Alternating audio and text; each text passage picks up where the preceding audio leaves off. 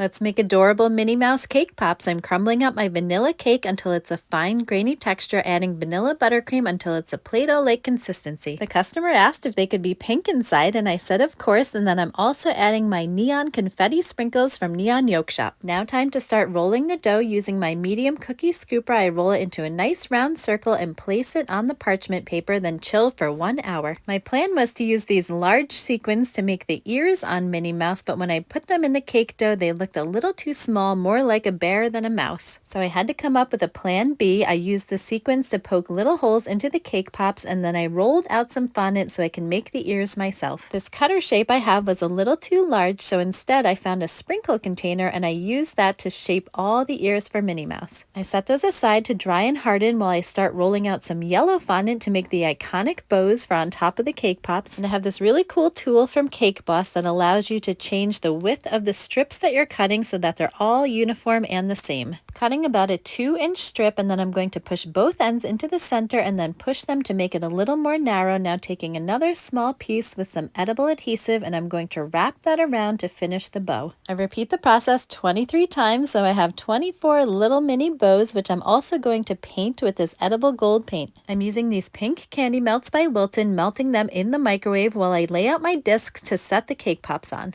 I take each of the little ears, dip them in the melting chocolate, and then press them into the cake pop before also adding all the lollipop sticks the same way. These sanding sugar crystals will give Minnie Mouse a little extra bling, and it's time to start dipping very gently and slowly into the melting chocolate. Don't forget to tap, tap, tap, twirl, tap, tap, then press down on the disc. Sprinkling on the sanding sugar, you can add as much as you want, and then gently press the bow down into place, and our Minnie Mouse cake pops are all done. I hope you enjoyed. Follow for more.